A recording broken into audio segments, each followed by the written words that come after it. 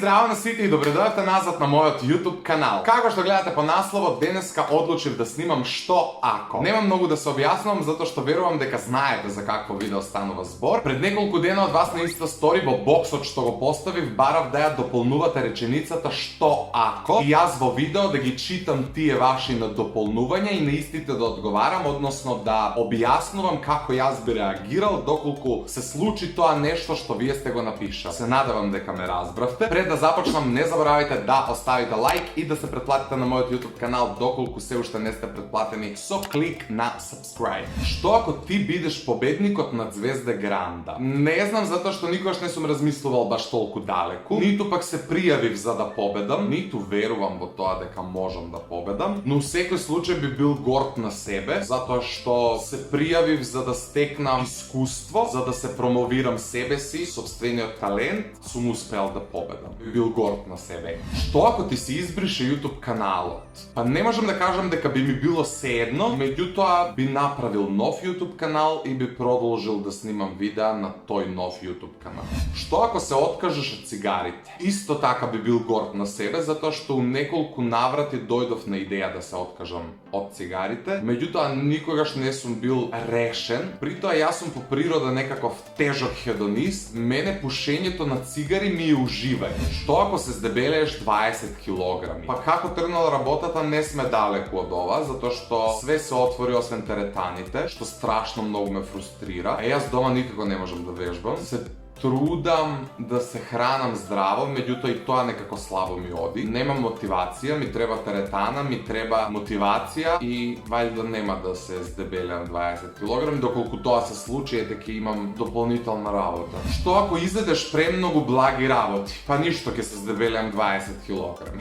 Што ако не би постоел YouTube? Па ништо, веројатно би користеле некоја друга апликација, односно платформа на која што би слушале музика, на која што би ставале видеа, на која што би креирале, така што мислам дека ние не сме зависни од YouTube, туку од она што YouTube ни го нуди. Нема ништо страшно да се случи ако се префрлиме на некоја друга платформа. Што ако имаш дете на 27 години? Па не знам. Не би сакал затоа што не се чувствувам дека сум спремен да бидам родител. Меѓутоа ако се случи, ако имам дете на 27 години, тоа значи дека ќе бидам татко на 27 години и ќе треба да чувам дете на 27 години. Мислам, тоа е најлогичниот одговор. Што ако би се фрлил од авион, но подобранот не може да ти се отвори? Па ништо, би умрел. Што ако ти кажам дека те сакам? Па ништо.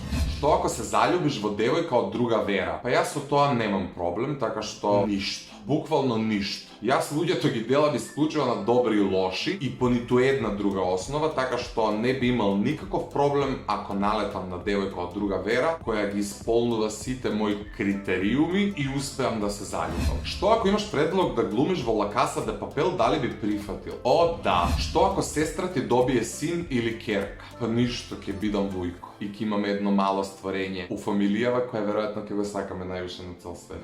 Што ако си вегетаријанец? Па со оглед на тоа дека некогаш одам на бев вегетаријанец и тоа добри 2 или 3 години, нема нешто многу тешко да ми падне, затоа што додека бев вегетаријанец немав некои кризни моменти за месо. Бев принуден да пројадам месо у оној момент кога влегов у реално шоу, затоа што немав услови да јадам и готвам вегетаријанска храна. Што ако добиеш ваучер за домашни производи? Па хит. Јас за жал или среќа нема да добијам помош од државата по ниту еден основ, така што ќе се преживее и без ваучер за домашни производи. Што ако дознаеш дека некој твој пријател е геј? Буквално ништо. Пак ќе се повторам, луѓето ги делам исклучиво на добри и лоши, по ниту еден друг основ. Што ако се вратиш во минато? Не би менувал ништо, затоа што длабоко верувам во тоа дека секоја една ситуација, убава или помалку убава, имала значајна улога во оформувањето на мојата личност. И сметам дека секој зошто има своје затоа, но од друга страна би ги гушнал сите оние кои веќе не се меѓу нас.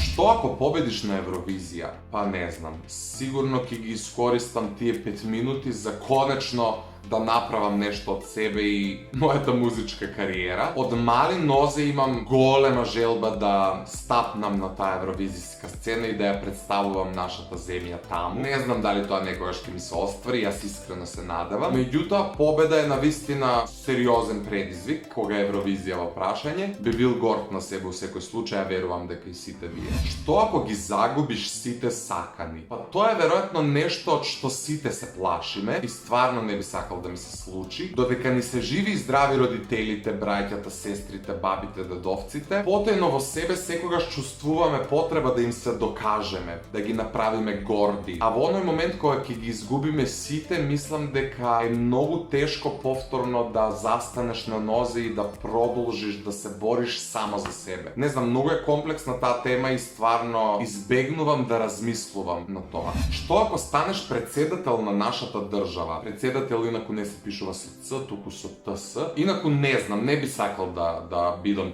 председател, ниту да имам било каква политичка функција у нашава земја. Многу ми е стереотипна професијата на председателот, например. Постоиш за да ги исполнуваш очекувањата на луѓето кои те гласале. А ако прашањето оди усмерено тоа што би направил кога би бил председател, тоа е веќе друга политика. Свашто нешто би направил, али сите така би ветуваат, па ништо не прават, така што нема да одговорам на ова. Што ако си го удриш малото прсте од маса? Неќам да си го удрам малото прсте од маса. Верувам дека ни вие неќете да си го удрите малото прсте од маса. Што ако еден ден се разбудиш и сватиш дека си единствениот човек останат на земјата? Па не би сакал тоа да ми се случи, затоа што не знам дали треба да го доживеам као привилегија или да се чувствувам како најголем баксус на светот. Не знам. Што ако стигнеш за 2 месеци до 20.000 сабскрајбери? Па тоа реално не е невозможно, затоа што јас сум скоро на 15.000 сабскрајбери, што значи дека нешто повеќе од 5.000 сабскрајбери не делат до тие 20.000, а во прашање се 2 месеци, така што тоа и како може да се случи, благодарение на вас. Доколку го гледате оваа видео, се уште не сте претплатени на мојот YouTube канал, кликнете на тоа црвено копче на кое што пишува претплати се или ти subscribe и помогнете ми да стасам до 20.000 сабскрајбери во најскоро време. Што ако останам бремена од тебе? Немој. Што ако го погрешиш текстот при пеењето? Па тоа ми се има случано у неколку наврати и тоа им се случува на сите луѓе кои пеат. Не би сакал да ми се случи на Звезде Гранда, например. Сепак станува збор за настап од 5 минути. Меѓутоа, кога станува збор за настап во дискотека, кафана, кафит, небитно, им се случува на сите. Тоа е настап од 2 до 3 часа и просто нереално е да си концентриран цело време и да ги знаеш сите текстови на памет. Тоа ако дознаеш дека твоите родители не ти се вистински родители. Па не знам, би им бил благодарен затоа што ме изчувале некако, ме пораснале. На крајот денот не е ни битно кои ти се биолошки родители, ако имаш од кого да консумираш љубов, ако имало кој да ти го покаже вистинскиот пат. Може би се налутил затоа што никој не ми го кажал тоа до сега, меѓутоа би бил преблагодарен што не ми се биолошки родители, а ме третирале како да сум нивно биолошко дете.